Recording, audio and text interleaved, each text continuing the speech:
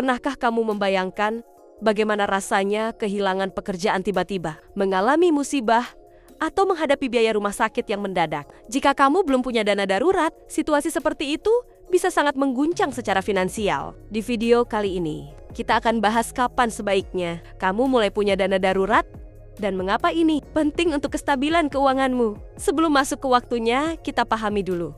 Apa itu dana darurat? Dana darurat adalah simpanan uang yang disiapkan khusus untuk kebutuhan mendesak dan tak terduga. Misalnya, kecelakaan, kehilangan pekerjaan, atau perbaikan rumah yang sifatnya darurat. Dana ini bukan untuk liburan atau belanja, tapi benar-benar untuk kondisi genting yang bisa mengganggu stabilitas keuangan kamu. Jawabannya, secepat mungkin. Idealnya, kamu mulai membangun dana darurat. Begitu kamu punya penghasilan tetap, tidak perlu langsung besar, tapi mulailah menyisihkan sedikit demi sedikit. Bahkan jika kamu masih kuliah dan punya penghasilan dari part-time, kamu tetap bisa mulai menabung dana darurat. Semakin cepat kamu mulai, semakin aman keuanganmu di masa depan. Jumlah dana darurat yang ideal tergantung dari kondisi masing-masing orang. Umumnya, kamu disarankan memiliki dana darurat setara dengan 3 hingga 6 bulan biaya hidup. Kalau kamu single dan belum punya tanggungan, 3 bulan cukup. Tapi kalau kamu sudah berkeluarga, lebih aman kalau punya dana darurat untuk 6 bulan atau lebih. Ini penting agar kamu tetap bisa hidup nyaman saat menghadapi masa sulit. Jadi, jangan tunggu sampai musibah datang baru berpikir soal dana darurat. Mulailah dari sekarang. Walaupun dengan jumlah kecil, konsistensi adalah kunci.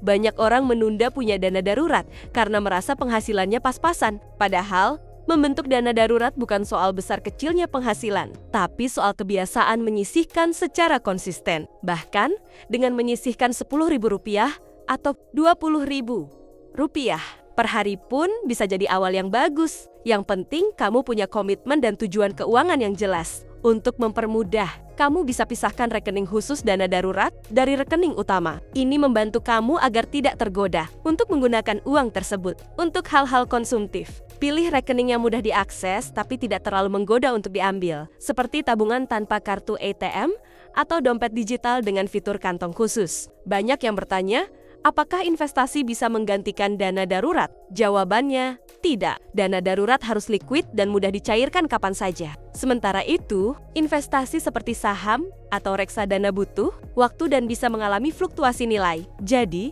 dana darurat dan investasi adalah dua hal berbeda yang sama-sama penting. Jika kamu sudah berhasil membentuk dana darurat, itu berarti kamu sudah punya satu pondasi penting dalam manajemen keuangan. Selanjutnya, kamu bisa lebih tenang untuk fokus ke tujuan-tujuan keuangan lainnya, seperti menabung untuk rumah, pendidikan, atau pensiun. Dana darurat memberikan rasa aman yang membuat perencanaan keuangan jadi lebih mantap. Ingat, kita tidak pernah tahu kapan kondisi darurat bisa datang. Tapi dengan dana darurat, kita bisa lebih siap dan tidak panik. Yuk, mulai hari ini, kita ubah mindset.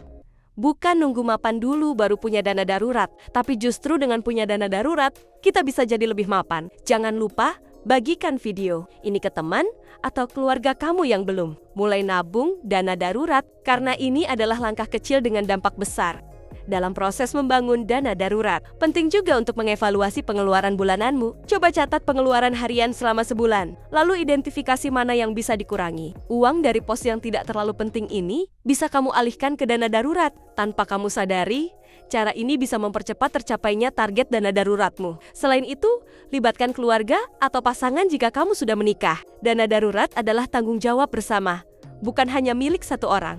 Dengan komunikasi yang baik, kamu dan pasangan bisa menyusun strategi menabung bersama, serta saling mengingatkan agar dana tersebut tidak digunakan sembarangan. Banyak aplikasi keuangan yang bisa kamu manfaatkan untuk memantau dan mengatur dana darurat secara otomatis. Misalnya dengan fitur auto debit dari rekening utama ke rekening tabungan khusus. Ini akan sangat membantu agar kamu tetap konsisten menabung, tanpa harus mengandalkan niat atau ingatan saja setiap bulan. Tidak kalah penting, kamu juga perlu melakukan evaluasi dana darurat secara berkala. Misalnya, saat biaya hidupmu meningkat karena pindah kota, menikah, atau punya anak, otomatis jumlah dana darurat juga perlu disesuaikan. Evaluasi ini sebaiknya dilakukan minimal setahun sekali agar tetap relevan dengan kondisi terkini. Terakhir, ingat bahwa membangun dana darurat adalah bentuk cinta pada diri sendiri dan orang-orang yang kamu sayangi. Ini bukan hanya soal uang, tapi tentang menciptakan rasa aman dan kendali atas hidupmu. Jadi, Terus semangat membangun dana darurat karena kamu pantas merasa tenang di tengah dunia yang penuh ketidakpastian. Buat kamu yang masih lajang, mungkin berpikir bahwa dana darurat belum terlalu penting, tapi justru ini adalah momen terbaik untuk memulainya. Karena kamu belum punya banyak tanggungan, kamu bisa lebih leluasa menyisihkan sebagian penghasilan tanpa harus memikirkan kebutuhan rumah tangga. Ini adalah kesempatan emas untuk membentuk fondasi keuangan yang kuat sebelum masuk ke fase hidup berikutnya. Sementara itu, untuk kamu yang sudah berkeluarga, dana darurat menjadi kebutuhan yang tidak bisa ditawar. Kehidupan rumah tangga penuh dengan ketidakpastian. Anak sakit, kendaraan rusak, hingga kebutuhan mendadak lainnya. Tanpa dana darurat, kamu bisa saja terpaksa berutang, yang akhirnya menambah beban finansial. Maka dari itu, jadikan dana darurat sebagai prioritas utama dalam rencana keuangan keluarga. Dana darurat juga sangat penting bagi para pekerja lepas, freelancer, atau wirausahawan yang penghasilannya tidak tetap setiap bulan. Ketika penghasilan naik, jangan semuanya dibelanjakan. Sisihkan sebagian besar untuk memperkuat dana darurat. Dengan begitu, saat penghasilan turun, atau bahkan tidak ada proyek sama sekali, kamu masih bisa bertahan tanpa stres berlebihan. Kondisi ekonomi yang tidak menentu, seperti resesi, PHK massal, atau inflasi tinggi bisa terjadi kapan saja. Dana darurat bukan hanya untuk menghadapi situasi pribadi, tapi juga sebagai pelindung saat krisis ekonomi melanda. Mereka yang sudah menyiapkan dana darurat akan jauh lebih siap dan tidak mudah panik ketika situasi buruk datang tiba-tiba. Jangan lupa juga untuk menyesuaikan tempat penyimpanan dana darurat. Idealnya, dana ini disimpan di instrumen yang aman, mudah dicairkan, dan tidak berisiko tinggi, seperti rekening tabungan atau deposito jangka pendek. Hindari menyimpan dana darurat di instrumen yang fluktuatif seperti saham, karena nilainya bisa turun drastis saat dibutuhkan. Menabung dana darurat juga bisa menjadi cara untuk melatih disiplin dan kontrol diri. Saat kamu berhasil menyisihkan uang secara rutin dan menahan diri untuk tidak menggunakannya, itu artinya kamu sedang membangun kebiasaan finansial yang sehat. Kebiasaan ini nantinya akan terbawa ke tujuan keuangan lain, seperti menabung untuk rumah atau investasi jangka panjang. Jika kamu mengalami keadaan darurat dan terpaksa memakai dana tersebut, jangan merasa gagal. Justru itu tanda bahwa kamu sudah melakukan perencanaan yang tepat. Gunakan dana darurat sesuai kebutuhan, lalu buat rencana untuk mengisinya kembali setelah situasi membaik. Dana darurat memang diciptakan untuk digunakan saat kamu benar-benar membutuhkannya. Dalam proses membentuk dana darurat, tetaplah fleksibel namun disiplin.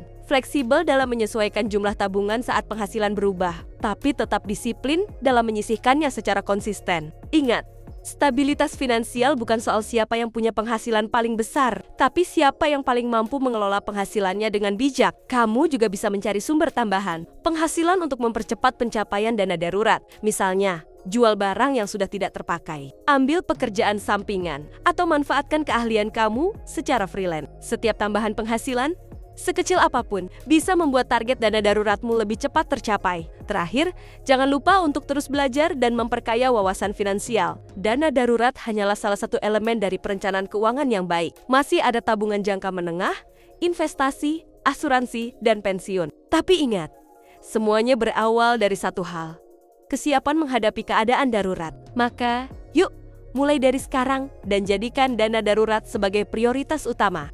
Seringkali orang merasa malu untuk membicarakan dana darurat, seolah itu tanda ketakutan atau pesimisme. Padahal, memiliki dana darurat justru menunjukkan bahwa kamu berpikir ke depan dan bertanggung jawab atas masa depan finansialmu. Dalam dunia keuangan pribadi, antisipasi jauh lebih berharga daripada reaksi. Lebih baik siap sebelum badai datang daripada panik ketika semuanya sudah terlambat. Dana darurat juga bisa memberikan kamu kebebasan untuk mengambil keputusan penting dalam hidup. Misalnya, saat kamu ingin pindah kerja ke tempat yang lebih baik, tapi harus melepas gaji dulu, atau saat ingin memulai bisnis kecil-kecilan. Dengan adanya dana darurat, kamu punya ruang untuk mengambil risiko yang terukur tanpa takut langsung jatuh secara finansial. Bagi orang tua, memiliki dana darurat juga berarti memberikan rasa aman bagi anak-anak. Mereka tidak perlu melihat orang tuanya stres menghadapi krisis keuangan. Anak-anak pun bisa tumbuh dalam lingkungan yang lebih tenang dan stabil. Jadi, secara tidak langsung, dana darurat juga merupakan bentuk perlindungan terhadap keluarga. Bukan hanya soal uang, dana darurat juga mengurangi ketergantungan terhadap utang. Banyak orang terpaksa memakai kartu kredit atau pinjaman online saat darurat, yang akhirnya memicu masalah baru seperti bunga tinggi dan cicilan tak terkendali. Dengan dana darurat, kamu bisa menghindari lingkaran utang dan menjaga kesehatan finansial jangka panjang. Terakhir, ingat bahwa membangun dana darurat adalah proses yang memerlukan kesabaran. Hasilnya mungkin tidak terlihat langsung, tapi dampaknya sangat besar saat kamu membutuhkannya. Anggap saja ini sebagai asuransi pribadi yang kamu bentuk sendiri, lebih fleksibel, lebih terkendali, dan sangat bermanfaat. Yuk, mulai sekarang, ambil langkah kecil untuk masa depan yang lebih tenang dan aman. Sekarang kamu sudah tahu betapa pentingnya dana darurat dalam kehidupan kita. Ini bukan sekadar teori keuangan, tapi pondasi nyata yang bisa menentukan seberapa siap kita menghadapi segala kemungkinan dalam hidup. Entah kamu masih lajang, sudah berkeluarga, bekerja tetap, atau freelancer, dana darurat adalah keharusan, bukan pilihan. Jangan tunggu krisis datang baru menyesal. Mulailah dari yang kecil. Lakukan dengan konsisten dan nikmati hasilnya di masa depan. Keamanan finansial tidak dibangun dalam semalam, tapi dimulai dengan satu langkah. Menyisihkan uang untuk keadaan tak terduga. Kalau kamu merasa video ini bermanfaat, jangan lupa untuk like, share ke orang-orang terdekatmu, dan tinggalkan komentar tentang bagaimana kamu mulai membangun dana darurat versi kamu. Siapa tahu ceritamu bisa menginspirasi orang lain. Subscribe channel ini untuk konten-konten seputar keuangan pribadi, investasi, dan gaya hidup finansial sehat lainnya. Nyalakan loncengnya biar kamu nggak ketinggalan setiap update terbaru dari kami. Terima kasih sudah menonton sampai akhir. Ingat, kendali atas masa depan keuanganmu ada di tanganmu sendiri. Yuk, jadi pribadi yang lebih siap, bijak, dan tangguh secara finansial, dimulai dari dana darurat.